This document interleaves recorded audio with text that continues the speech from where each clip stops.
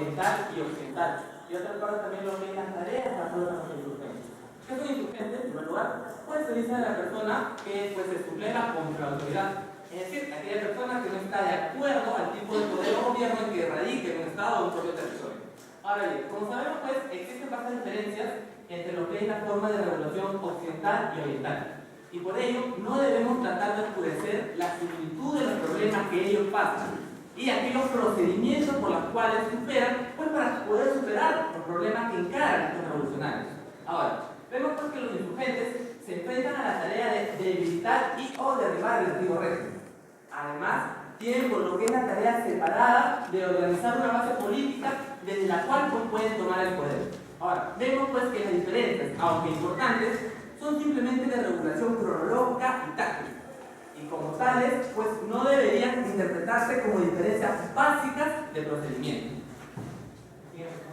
Vemos ahora que el derrocamiento del Estado, bajo condiciones del modelo occidental, ello pues tiende a ser menos el resultado de aquella actividad directa y vigorosa que tienen los insurgentes, sino pues se da más bien a lo que es el producto de la debilidad interna que tiene el gobierno, de lo que es el caso pues, de insurrecciones o grupos o masas militarizadas que toman el poder. Ahora, vemos pues, entonces que parece haber acuerdo en que solo existen condiciones revolucionarias solamente cuando hay condiciones similares.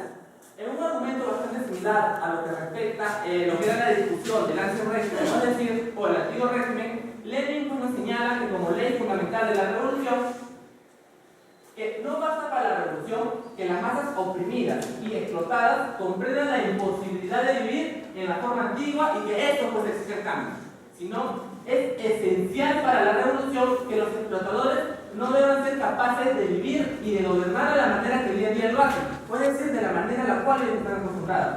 Entonces, podemos decir entonces que solo cuando las clases inferiores no quieren la forma antigua y cuando las clases superiores pues no pueden seguir en la forma anterior, solo entonces, solo en ese momento puede triunfar la revolución.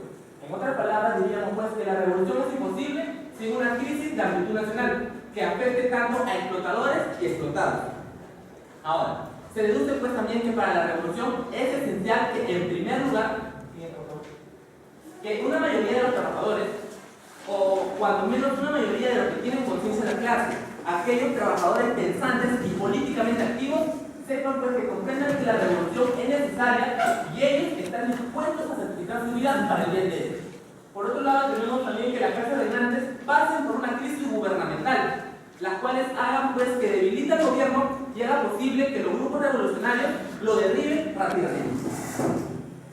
Ahora, por otro lado, tenemos que una de las llamadas más importantes a las revoluciones del modelo oriental es que no es necesario o no necesariamente esperar a que existan estas condiciones que señalé anteriormente, sino pues que la insurrección puede crear estas.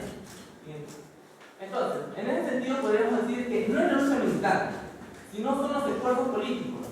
Son, al igual que las consecuencias políticos y militares y las victorias de los insurgentes, las que hacen pues caer al antiguo régimen. Por otro lado, vemos pues, que aún así tratándose del modelo oriental, es necesario prestar atención al proceso político durante el antiguo régimen, o llamado también antiguo régimen. Ahora, otra de las tareas pues, que encaran estos insurgentes, estos revolucionarios, es pues, desarrollar una poderosa base de apoyo político, la cual se lleva a efecto de manera diferente, tanto desde el punto de vista en el que se completa, además y por lo general de los grupos sociales que ellos utilizan. Por otro lado, vemos que conceptualmente incluye procedimientos de movilización social y de organización política. Ahora, estas diferencias se basan en problemas tácticos y no son productos de divergencias teóricas básicas de los dos tipos de revolución ya señalados.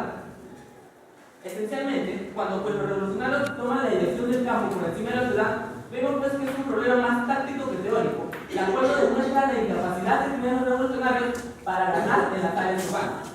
Ahora, vemos que pues, una vez ellos desplazados del campo, recién de ese momento empiezan a movilizar al campesinado como su base política. Ahora, vemos pues, que la debilidad inherente a esta posición, las dificultades de organizar con eficiencia y militarmente al campesinado, y además de lograr que el peso de las masas amorfas y dispersas de los campesinos se relacionen con los elementos políticos urbanos, se compensan pues, porque la naturaleza permite y exige que la creación de una nueva fuerza armada sea numerosa y también sea más organizada. Ahora, vemos pues que las actividades insurgentes, menos comparadas con lo que respecta al modelo oriental, vemos que son mínimas. En tal sentido, se podría decir pues que su política consiste en esperar las contradicciones del sistema, hacer pues que este crezca enormemente y haga que el gobierno caiga por su propio peso. Ahora, vemos pues que en la práctica esta política es un poco menos activa, ¿no? Ahora, el proceso más importante durante el periodo de lo que es la definición del proceso del antiguo régimen o la extensión del descontento entre los grupos, y esencialmente se da lo que es el descontento entre los propiedades del gobierno, se produce más por lo que es la crisis económica y la política social. Entonces, diríamos que pues, los revolucionarios tienen lo que es aceleran el proceso o el desarrollo de esas contradicciones, o en todo caso se podría decir que apuran el proceso de polarización. Y para ello hay dos formas. La primera de ellos es pues creando un desorden, creando una desorganización, haciendo daños a la propiedad y también a lo que es ocasionalmente a las personas.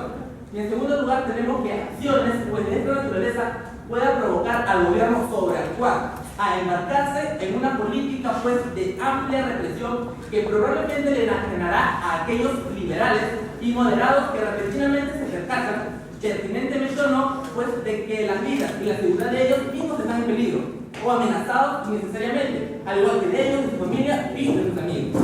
Y por terminando lo que es esta etapa de la revolución, pues culminaré con la frase de Napoleón Bonaparte que decía: en las revoluciones hay dos clases de personas, las que pues hacen y las que se aprovechan de ellas. Les doy la palabra a mi compañera.